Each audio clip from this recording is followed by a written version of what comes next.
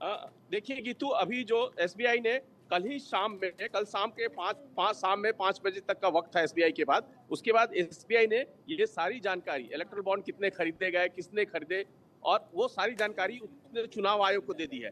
और चुनाव आयोग 15 तारीख तक उसके पास समय है, शाम 5 बजे तक वो अपने पोर्टल पे सारी जानकारी उपलब्ध करा देगा।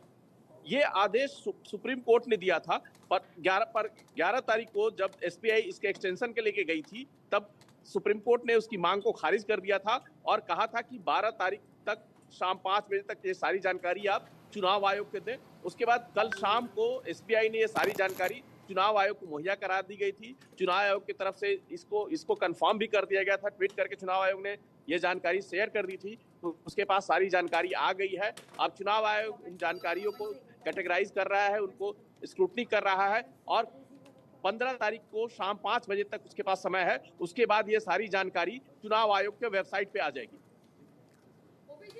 अगर हम देखें तो देखिए, क्या ये मान लिया जाए कि ये एक बड़ा कदम होने वाला है?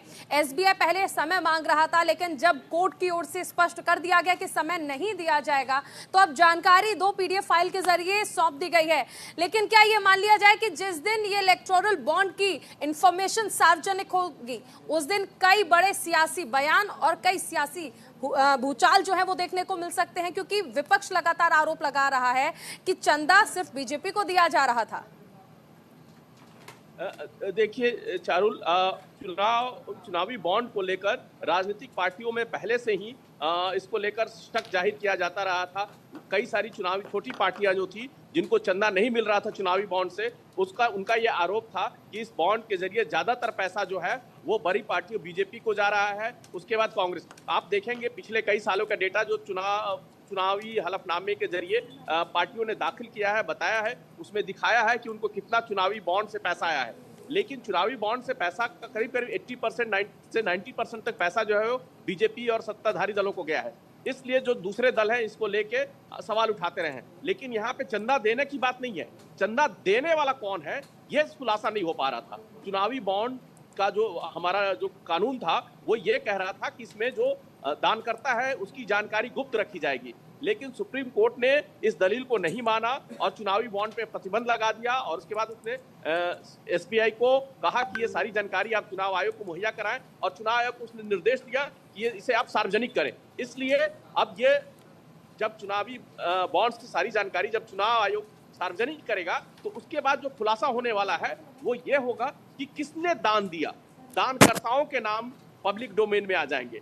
कितना दान मिलता है ये रिपोर्ट तो आ जाती है। पिछले कई सालों में जो जितने भी चुनावी चंदे दिए गए हैं चुनावी बॉन्ड के जरिए, वो जानकारी पहले से उपलब्ध है, और पार्टियां अपने हलफनामे में भी बताती हैं कि हमें इतना चंदा कहां से किस सोर्स से मिला।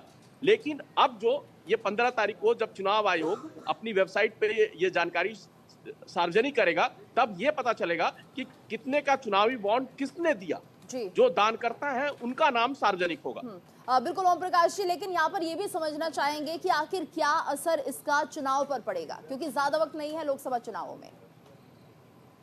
देखिए, इसका जो राजनीतिक मामला ये होगा कि किस जो हमारे बिजनेस घराने हैं उनकी तरफ से किस पार्टी को कितना चंदा मिला, और उस चंदे के पीछे जो चंदा दिया गया क्या सरकार की तरफ से उनको कोई मदद मिली, या जो सत्तारूढ़ पार्टियां हैं क्या उन्होंने उस दरमियान उनके चंदा देने के बाद किसी तरह से उन बिजनेस घरानों को कोई सहूलियत दी। अगर ऐसा कुछ भी पकड़ा जाता है या पाया जाता है, जांच में आगे जब रिसर्चर रिसर्च करेंगे, जो पॉलिटिकल एनालिस्ट इसकी व्याख्या करेंगे, या जर्नलिस्ट जब इसकी पड़ताल करेंगे, तो पता चलेगा कि फला कंपनी की ओर से इतने का दान दिया गया इस पार्टी को, और उस पार्टी की सरकार ने उसको ये कॉन्ट्रैक्ट दिया, ये सहूलियत दी, उसको क्या सुविधाएं दी।